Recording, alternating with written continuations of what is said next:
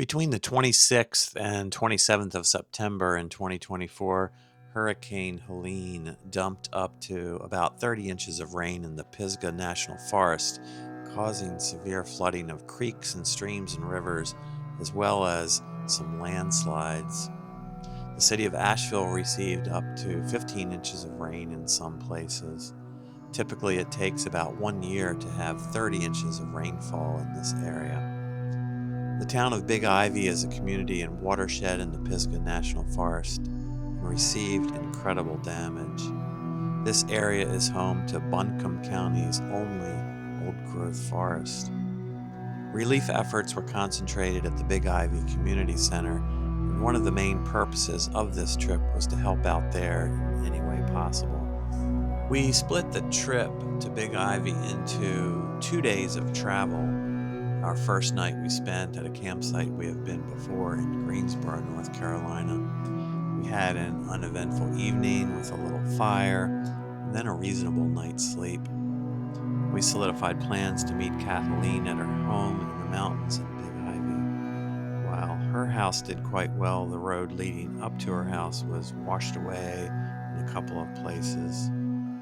At first, walking up and down the mountain was the only way to and from town. We heard many stories through her that other people were suffering much greater hardships. As we packed up in the morning, it was hard to imagine that there was anything wrong in the world, as the weather was really beautiful. Upon arrival to the Big Ivy area, it was obvious we had entered into a zone of destruction. Wherever the streams flowed down through the mountains or across flat land, they swelled well beyond anything that people had seen in probably their lifetime or several lifetimes. The destruction seemed random in places.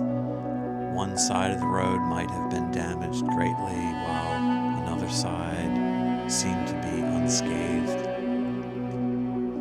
After a month of recovery, a lot of work had already occurred, and trees had been removed from obstructing the roads.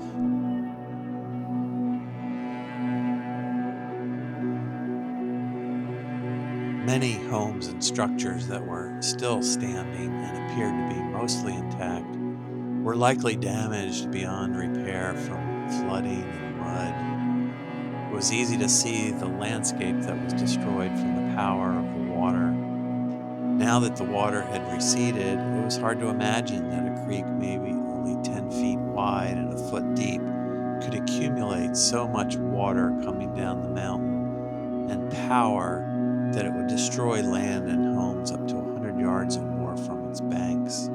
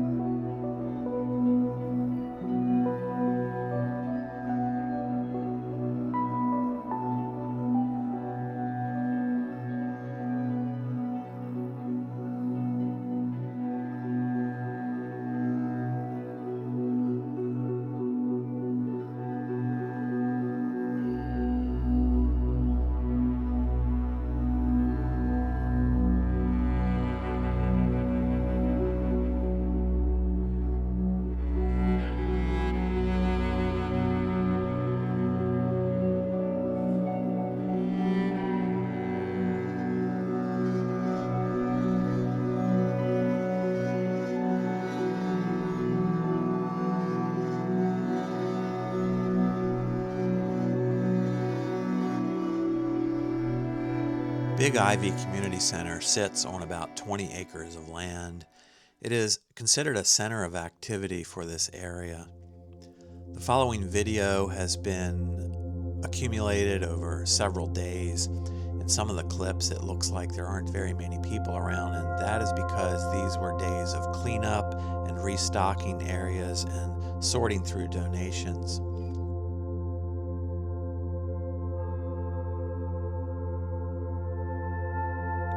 On days when members of the community came in to receive needed supplies, it was noticeably more crowded. In this area where the registration tent is on the left, it is about 100 to 150 yards from the creek. The pool is nearby. All this area was flooded, including all the buildings on this land. All the containers and the majority of sheds and all of the tents were put up in various stages as the land was cleared and cleaned and made usable, and the community center evolved into this massive donation center and distribution center for members of the community and beyond. Here we are on the northeast section of the community center. My guess is about 30 or 40 people were camping here, and some have been here for several weeks at least. Members of the United States Army and Air Force were present and here every day. They were also camping. They were doing a lot of the heavy work with forklifts and trucks and their young, able bodies.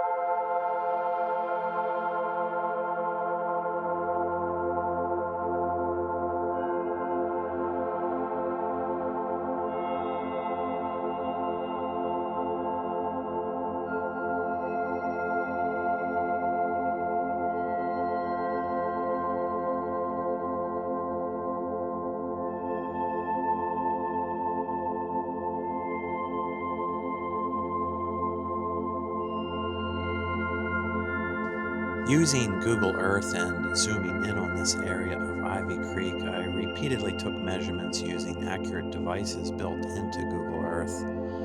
Before Hurricane Helene dropped 30 inches of rain on the Pisgah Mountains surrounding this area, the creek had banks that were typically about 10 yards wide. It's hard to imagine that the raging water ripped the creek bed up to 50 yards in some places right around here. Trees that were previously along the banks were stripped from the land and sent downstream.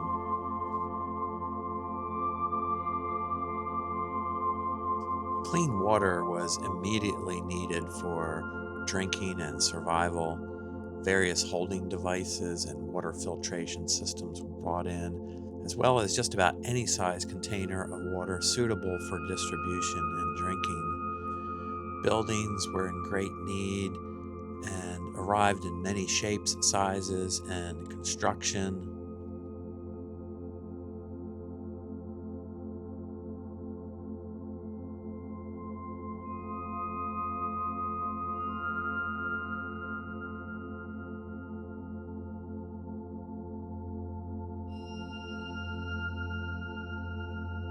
At some point, a batch of pumpkins arrived in time for Halloween.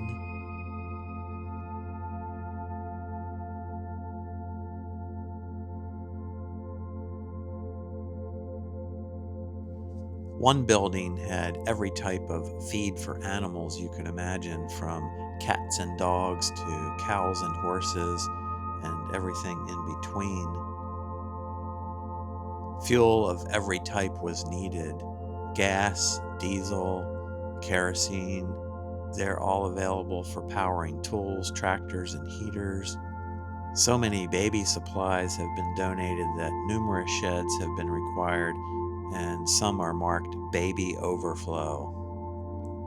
All of the large white tents are used for clothing and bedding and sorting of all the donations that have come in.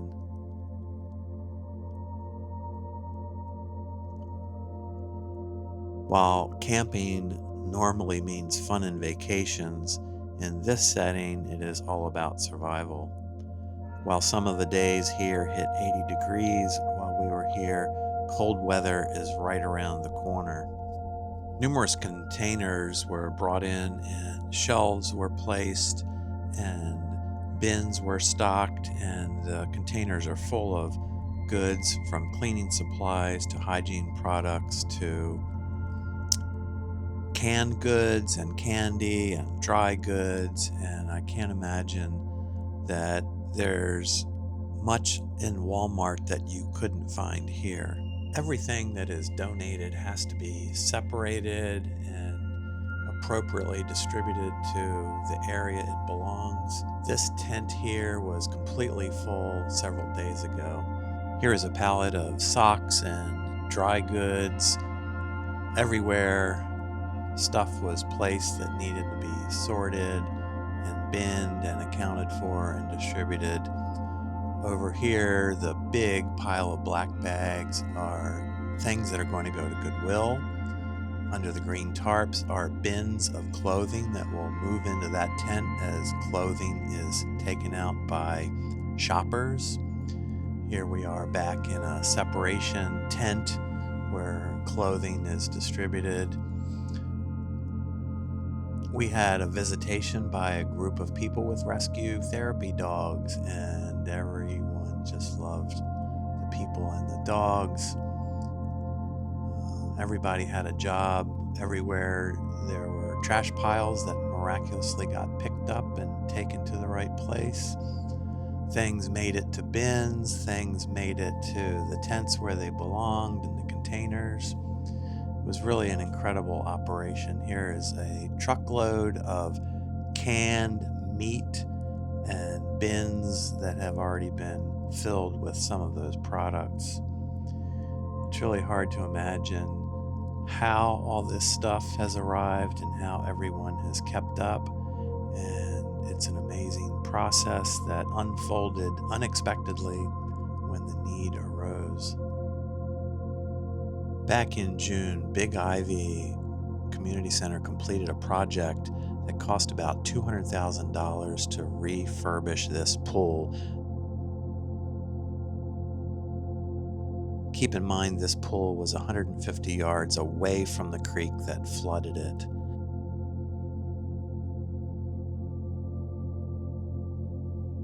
As we left the area of destruction and flooding behind us, it was quite surreal as we entered into areas that seemed beautiful and unharmed by wind or water.